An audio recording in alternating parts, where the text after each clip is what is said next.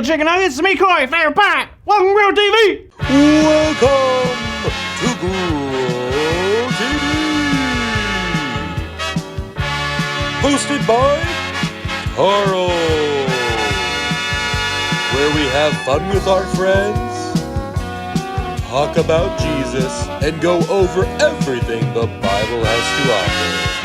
Now once again, welcome to Grill TV. Welcome back to your ongoing pirate adventure, y'all. Well, for the past several weeks, I've had to make several choices on my own.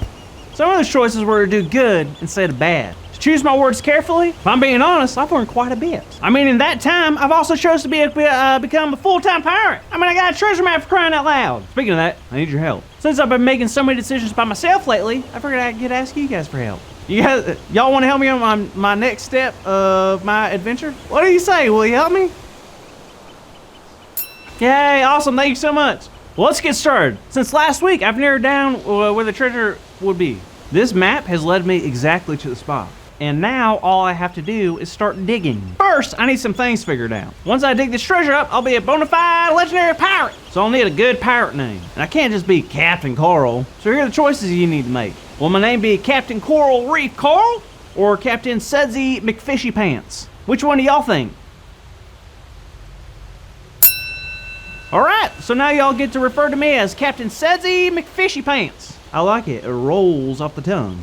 Alright, so now besides a rapidly declining dental health, here's a few things all pirates have. Number one, a sidekick. When going on an adventure, you need to have someone beside you who you can trust. Now the usual is to have a parrot, but I'm definitely terrified of birds. So it's either a sock puppet or a spider. You choose.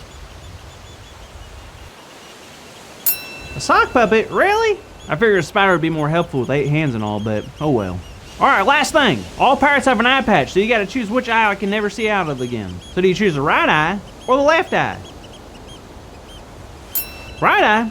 Well, if you say so. Carl! Oh, hey Andrew! Carl, I just want to tell you, even though pirates might wear eye patches, it's probably not for the reason that you think. Really? They would actually use it and take it off when they go inside the ship so that they would have one eye that was already used to the dark. What? Really? I figured a seagull had plucked it out. Nope. Well, that's a relief. Well, I better get digging.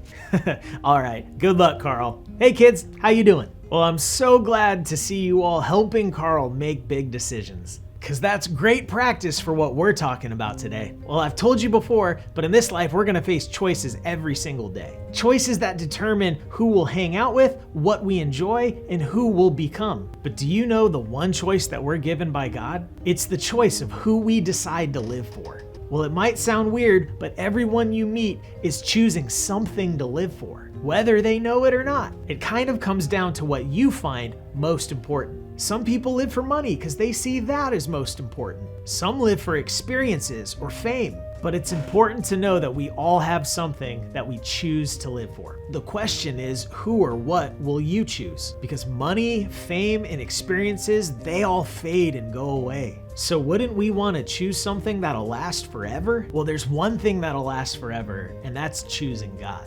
Well, think about it. God, the one who created the sun, the moon, the stars, the ocean. Well, God even created the platypus. Seriously, look at this thing. Is it a duck? Is it a beaver? Who knows? But God created it. So if I was gonna decide someone to live for, I would probably choose God. I mean, God gave me my life in the first place. Not even just that, Jesus gave his life so that I could live for him. How great is that? And I know that might all sound intimidating or scary, but don't worry, because in Proverbs 3, it encourages us to trust in the Lord with all our hearts and lean not on our own understanding. So even when it gets tough or confusing in life, we know we can trust God. And get this, in verses 1 and 2, we get another promise. Listen, do not forget my teaching, but keep my commandments in your heart, for they will prolong your life many years and bring you peace and prosperity. Those words come from the Bible. It's telling us that if we listen and obey God, our life will be long, full of peace and gifts from God. Why wouldn't we want to choose something so awesome? If we don't choose God, the other option won't give us what was just promised to us. Sure, there will be moments of happiness and acceptance, but ultimately, it's gonna leave us feeling empty. We were created to love and worship God. Choosing anything else will never fill us up the way that God can. So we can lean in and trust in God in everything we do. And trusting in God is probably the wisest thing someone can do. So remember, we can be wise by choosing God.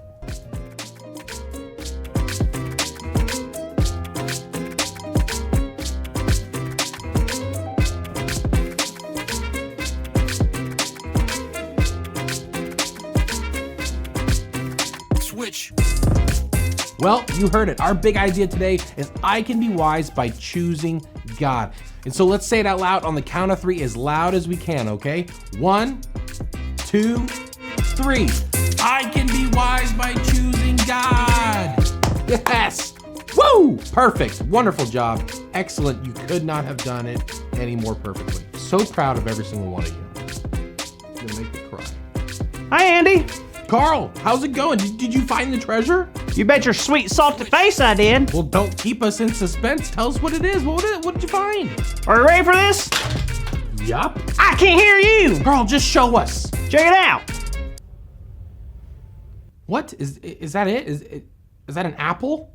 Yep, apparently the map was just a map to the locals farmers market, so. Oh, well, that's unfortunate. Yep. See you later, kids. I'm actually allergic to apples. Thank you for watching, and tune in next week for a new episode of Pro TV.